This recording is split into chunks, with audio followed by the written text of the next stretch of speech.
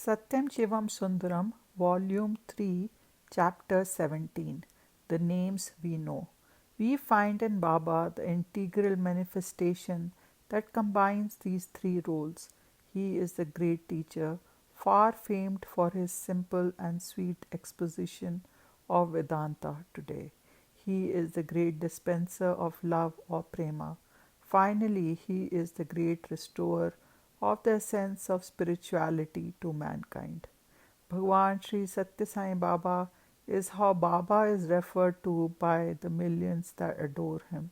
He announced himself as Sai Baba when he spoke of his identity at the age of 14 on 23rd May 1940, when his father insisted on being told what Baba meant by saying that he had his disciples to look after and his unfinished work to be completed. Satyanarayan was his name and Raju was the family appellation. This was shortened into Satya, the name by which Baba was known at home, village, and school. To the name announced by Baba himself, Sai Baba was added the word Satya. 5 or 6 years later, after the announcement, the devotees who desired to distinguish him from Sai Baba as he had manifested himself at Shirdi realized that Baba himself was the Shirdi manifestation. But they did not wish to confuse the minds of those who love to cling to the memory of Shirdi Baba. Baba is the word used in Marathi and Hindi to refer to saints. It means father. Sai is the name by which Baba has been spoken to by the priest of the Khandoba temple near Shirdi when he arrived there as youth. Sai means master. It is a derivative of the Sanskrit word Swami. The word Sai has been traced to the Persian word Shah, Shahi, Sahi, Sai. Shri is an honorific prefix to the name of deities, sacred texts, and eminent persons. It is an auspicious word indicating good fortune. The word also came to be used as an honorific for each individual, universalizing or democratizing good fortune as it were. This democratization has itself led to another outburst of robbery on the part of the disciple of the heads of mutts or monasteries. For example, the prefix Shri 108, meaning that spiritual eminence, is indicated by the fact that the name is preceded by a string of 108 Shris. The word Bhagawan means one endowed with bhaga. According to ancient Sanskrit lexicographers, bhaga means one, Aishwarya, authority derived from power, 2. Virya, heroism, bravery, 3. Yasha, fame, 4. Shriya, prosperity, 5. Jnana, wisdom, 6. Vairagya, detachment. Baba's Aishwarya, authority derived from power, is self-evident. Masters of special branches of studies like doctors, lawyers, engineers, artists acknowledge him as their master in their respective fields, for he can correct them and give them invaluable help. Fame and prosperity follow him wherever he goes, though he has never cared for either. As for bravery, wisdom, and detachment, thousands who have known him know him as the embodiment of these qualities. Baba declared at the World Conference held in Bombay in 1968, the loyalty and devotion that the previous incarnations commanded arose partly through fear and awe and partly from superhuman power. The Satya Sai manifestation has none of these appendages.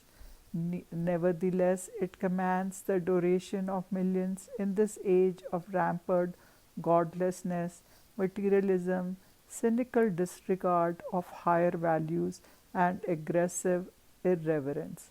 This is because he carries his message of love to the very vortex of disbelief and nihilism, like light penetrating into very heart of darkness.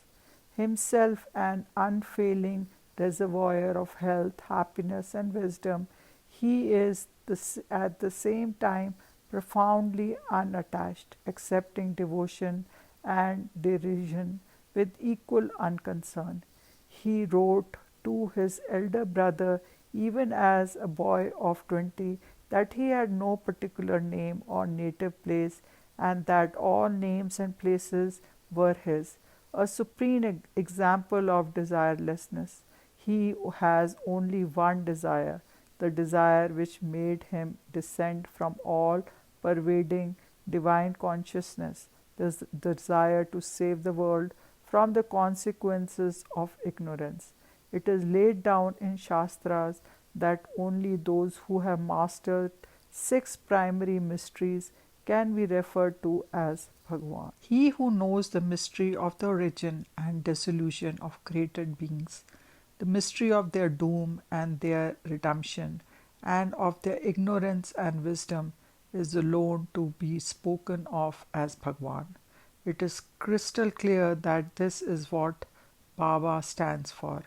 As he told Arnold Schumann, I know your past, I know your future, so I know why you suffer, how you can escape from suffering, and when you finally will. I know everything that has happened to everybody in the past, everything that is happening, everything that will happen in the future.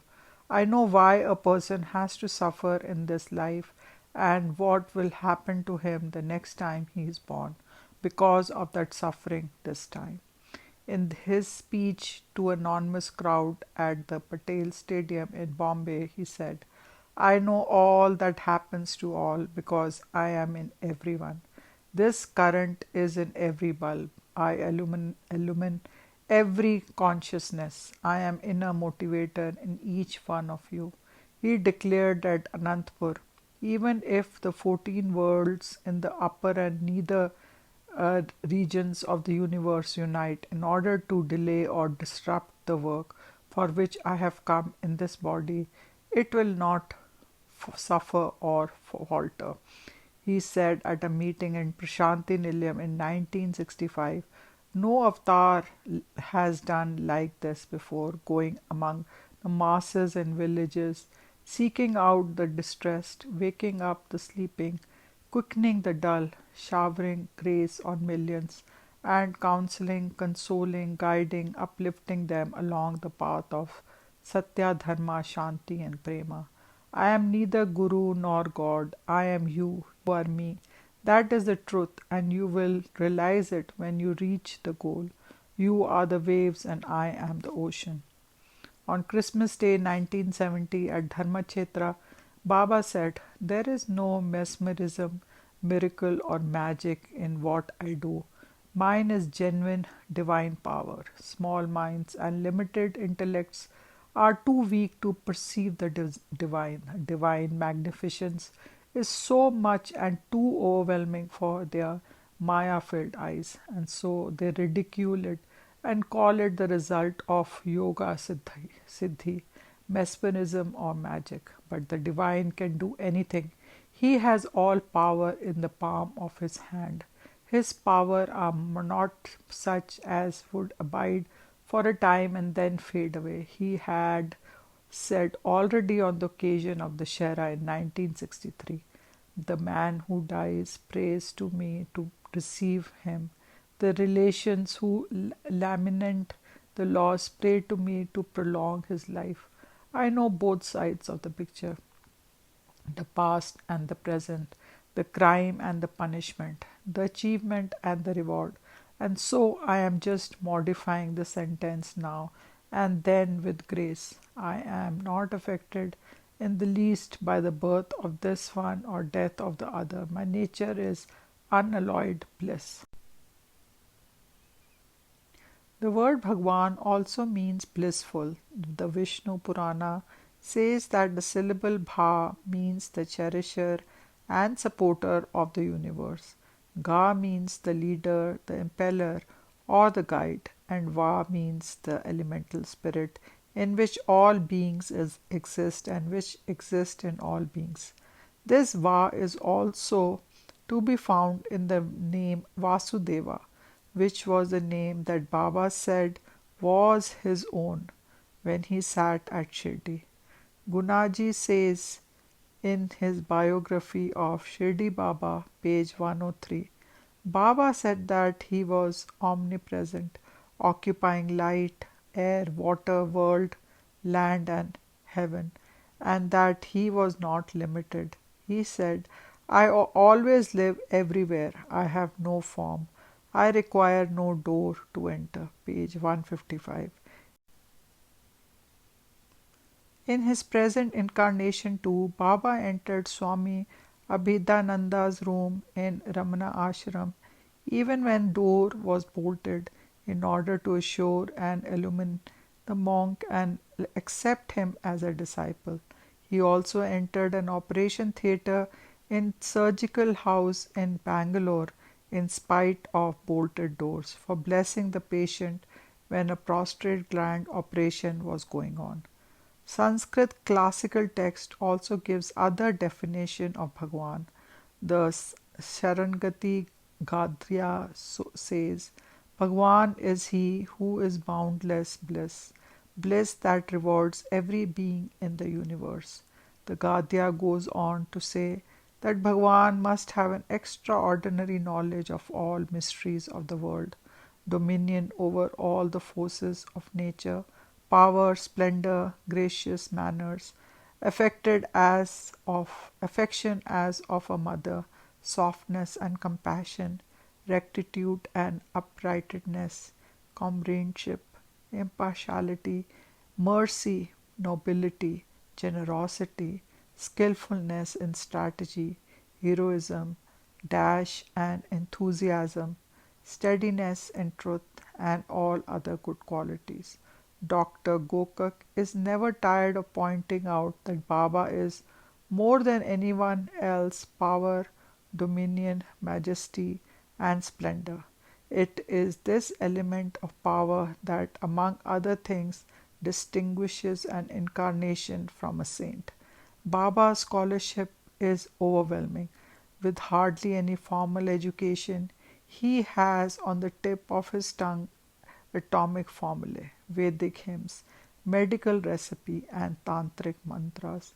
Sri Aurobindo has said each incarnation holds before men his own example and declares of himself that he is the way and the gate. He declares too the oneness of his humanity with the divine being. Man, after all, is nothing but the divine, bound by the three chains of time, space, and causation. This is why Baba says, you become Bhagawan as soon as you express the Atma principle. Each one of you can become Bhagawan by merging your separate individual jiva or self in the ocean of universal Atma. The word avatar means descent, coming down, alighting. This is the limitation that the limitless imposes on itself in order to lead mankind. In a discourse on Shivratri a few years ago, Baba recited a verse such as he is used to composing and reciting at the commencement of a discourse in which he recounted the aim and purpose of his own avatar at Puttaparthi. Vasudeva, who lives in all, has come in this body at Puttaparthi to show to the Kali age the path of truth, to eliminate hate and greed, to save the good and humble from pain and shame, to reveal the significance that lies obscured in ancient text, to destroy the pomp and pride of little men, and to redeem the pledge of grace given to mankind.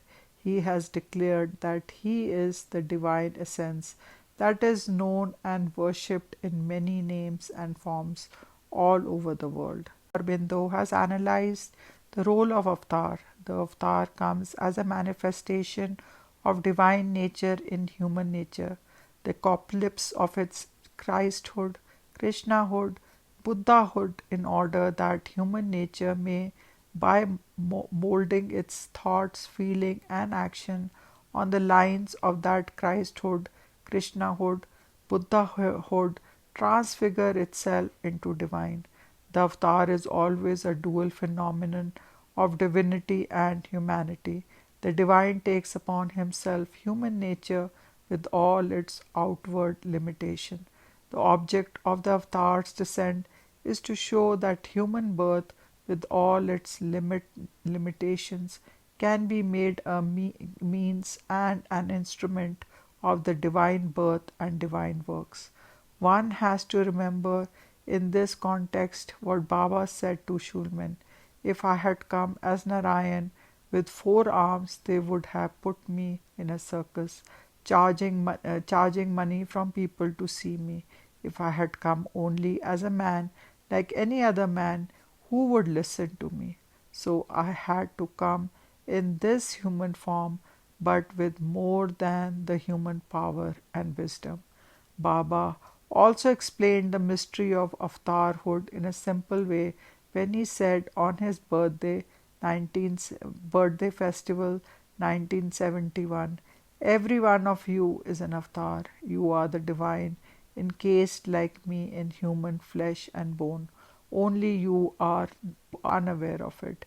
You have come into this prison of incarnation through the errors of many lives, but I have put on this mortal body out of my own free will. You are bound to the body with ropes of three gunas.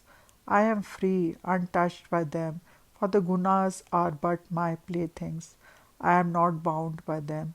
I use them to bind you, who are moved this way and that by desire. I have no desire, except the one to make you desireless. Baba calls to the suffering humanity stands out in its directness and simplicity. Why fear when I am here? Come unto me, all ye who suffer. Baba assures us if we take one step towards him, he takes 10 towards us. He hears us when we cry out in anguish.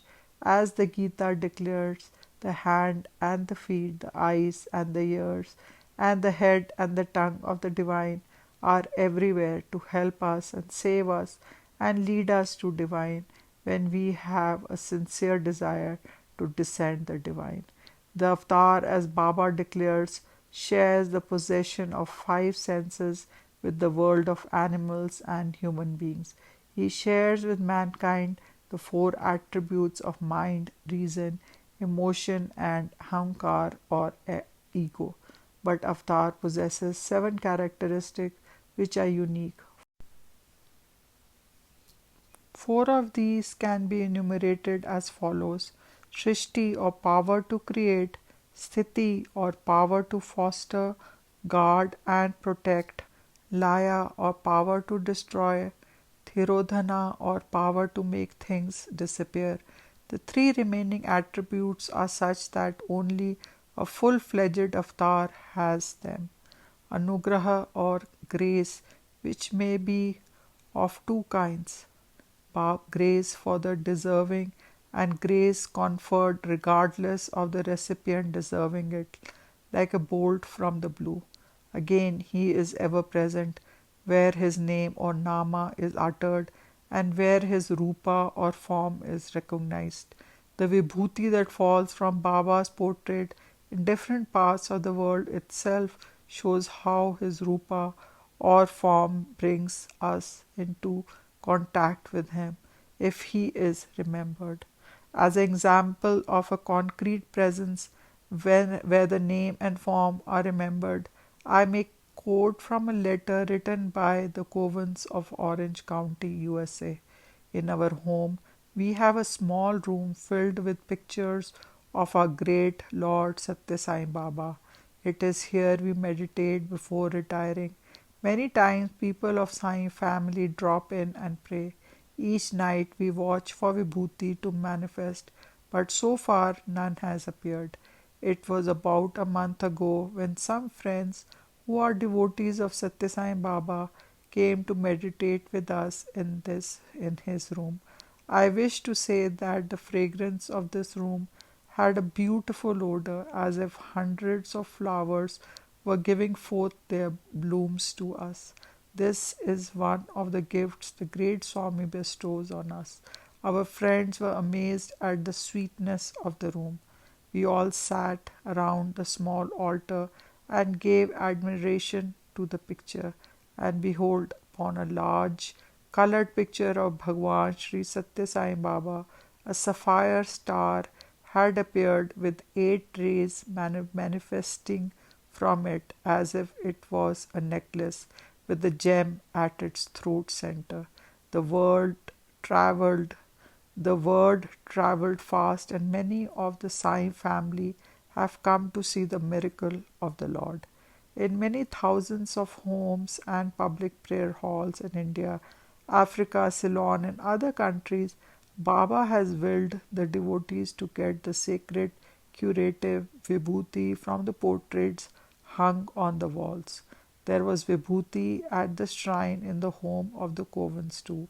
Here is an account given by a skeptic of his visit to the shrine in the home of Covens. The visitor's name is Joel Riordan, a Hollywood writer of film script. My wife mentioned to me that a picture in the house of the Covens was producing ashes. She immediately walked away. Now she did it, entangled a bit of curiosity in my path, curiosity that I couldn't resist. Sunday morning I was ready for the challenge. When we arrived at the meeting after following Mr. and Mrs. Hiplop's car for over an hour, I thought, there is a church 3 miles from my house. I won't even take the time to go. What am I doing here? At the meeting, voices rang out as they were clapping to the rhythm of a chant.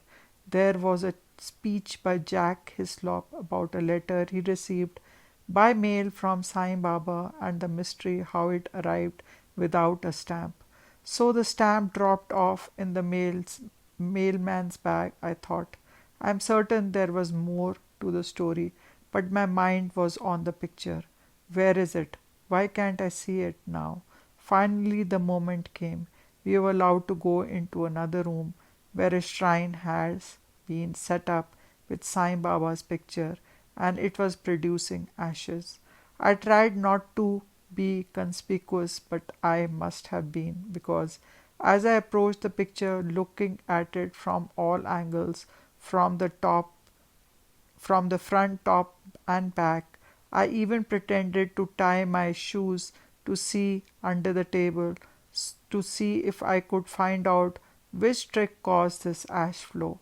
I saw the hostess talking to 2 young boys, and the 3 of them stared at me. I had the feeling they were expecting me to steal the picture or something in the house. I immediately departed with a guilt look.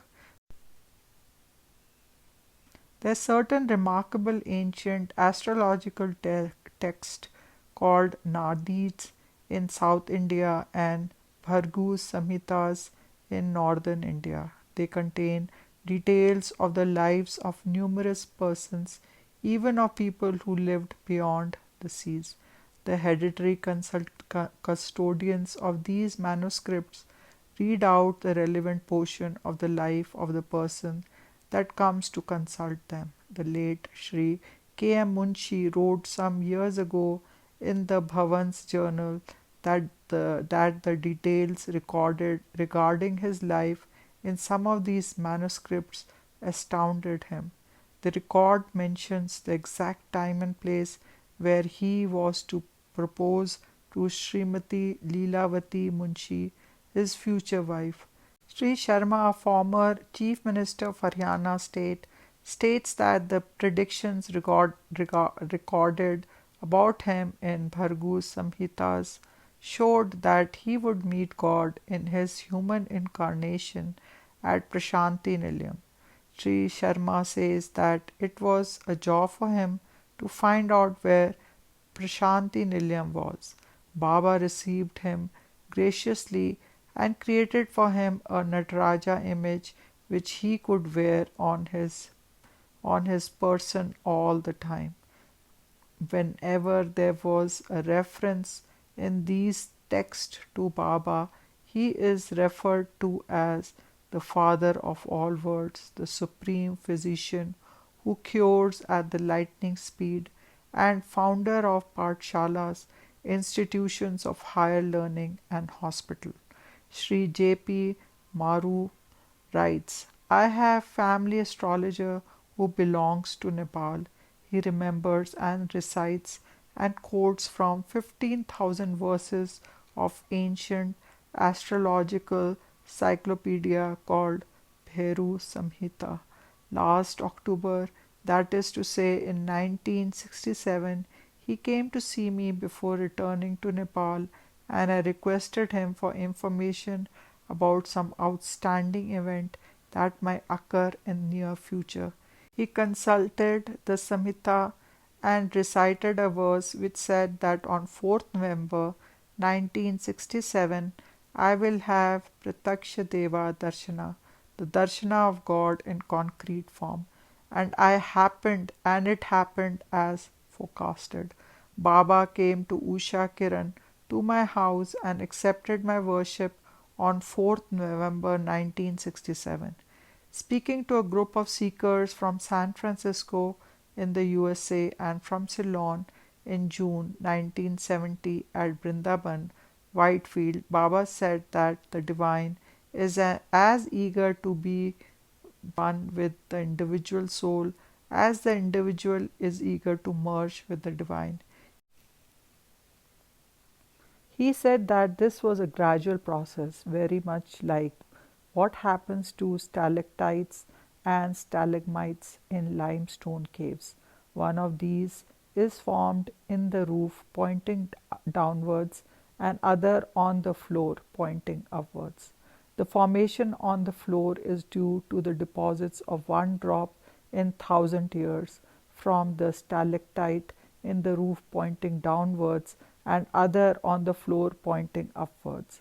Baba was demonstrating how this happens with the use of his fingers. He was a little dissatisfied with demonstration himself. He then waved his hand in a very long, flat, circular motion and materialized a round black stone, the weight of which made his hand vibrate like a tuning fork. The stone was round in shape, slightly flat at top and bottom, and it bore no marks on it. It was smooth and shiny. Baba lifted it, held it a few inches away from his mouth, and blew a hole into it with a sovereign ease and grace. This hole appeared like two intersecting circles.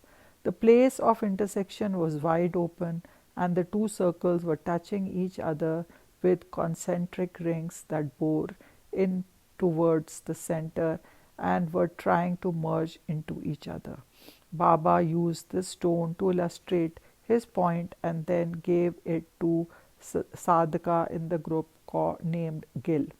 After a year later, Gill happened to show it to some Indian friends in Juhu, Bombay.